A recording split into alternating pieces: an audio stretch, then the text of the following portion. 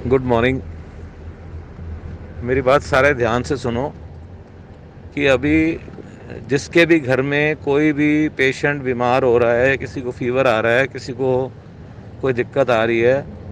तो एकदम से पैनिक मत करो, डेस्परेट मत हो और अनकॉन्शियस माइंड से काम नहीं करना कि वो एक पेशेंट के साथ 5 पेशेंट और बन जाएं। एकदम से घबरा करके पेशेंट के पास जाके उसके माथे को हाथ लगाना, उसके हाथ पकड़ना, उसको थर्मामीटर लगाना, उसको वो सब करना, डेस्परेट होकर के काम मत करो। बिल्कुल अवेयरनेस के साथ, कॉन्शियस माइंड के साथ एकदम सारे के सारे सबकी काउंसलिंग पहले से करके रखो कि हमारे में से किसी को भी फीवर आता है, कुछ भी उसको तकलीफ हो रही है, कुछ भी महसूस कर रहा है, तो सबसे पहले वो पेशेंट खुद जो है अपने आप को खुद चेक करे, अपने आप को खुद चेक करे और खुद देखे कि उसका फीवर कितना है,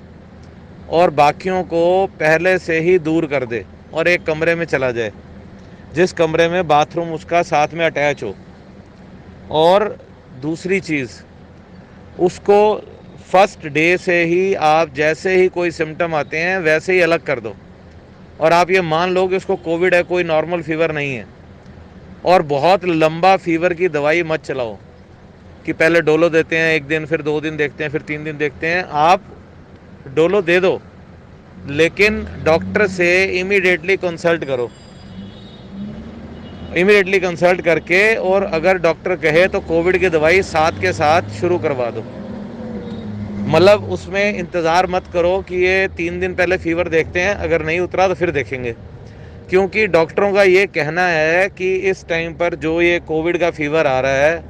वो फीवर बढ़ते बढ़ते आपका 3 दिन 4 दिन, लोगों का 10-10 12-12 दिन फीवर नहीं उतर रहा, और वो फिर भी फीवर की दवाई लिए जा रहे हैं। तब तक वो लंग्स को ख़राब कर देता है अंदर जा कर के,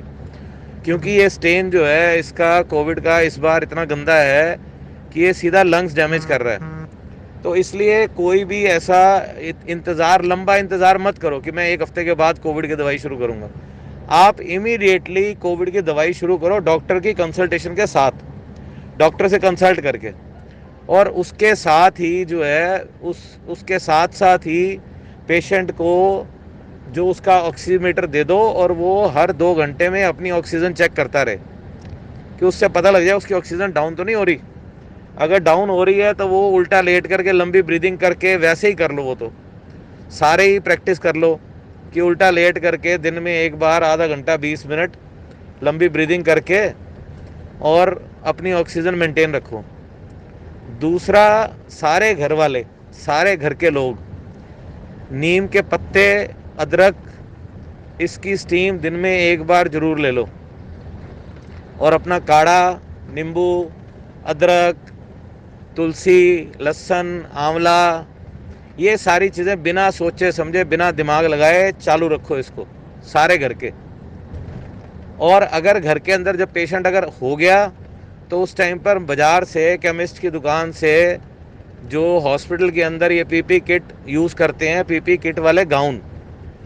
वो 5 7 10 मंगा करके रख लो, ग्लव्स मंगा के रख लो, मास्क मंगा के रख लो, कि ताकि अगर पेशेंट के पास आपको जाना पड़े तो ऐसे मत जाओ। बाकायदा उसके पास जाना है तो गाउन पहन करके, ग्लव्स पहन करके, मास्क लगा करके, पूरी सेफ्टी और सिक्योरिटी के साथ, ताकि और घर में ना फैले। तो ये सब पूरा ध्यान रखो और कॉन्फिडेंस पूरा रखो, हिम्मत पूरी रखो, विश्वास पूरा रखो कि लोग बच भी रहे हैं और लोग ठीक भी हो रहे हैं। आप जो डेथ हो रही हैं उनकी तरफ ज़्यादा फोकस मत करो, क्योंकि जो हो रही है वो तो हो ही रही है, लेकिन उसके अलावा जो लोग ज़िंदा हैं, जो बचे हुए हैं, जिनकी सेहत ठीक है, जो हेल्दी हैं, हाँ, जो हेल्दी हैं, उनका ध्यान रखें, और उनको हम जो है उनको फोकस करें उनके ऊपर, कि वो बीमार ना हो, उनको कोई तकलीफ़ ना हो। तो ये सारी चीज़ों का थोड़ा सा ध्यान रखो और फोकस रखो इसके ऊपर, और कॉन्फिडेंस पूरा रखो, विश्वास पूरा रखो, परमात्मा पे भी, खुद पे भी, और इलाज पर भी। तो हमारा फोकस होना चाहिए कि अभी बेस्ट टू बेस्ट क्या कर सकते हैं, अभी हमने बेस्ट कैसे क्या करना है, वो वहाँ फोकस करें, इंस्टेड ऑफ कि हम जो गलत हो रहा है या जो नुकसान हो रहा है या जहाँ जो दिक्कत हो रही है उसकी तरफ ध्यान रखें तो बेटर है कि आप ये चीज़ों पे ध्यान दो कि क्या पॉसिबल है, पॉसिबिलिटी पर ध्यान दो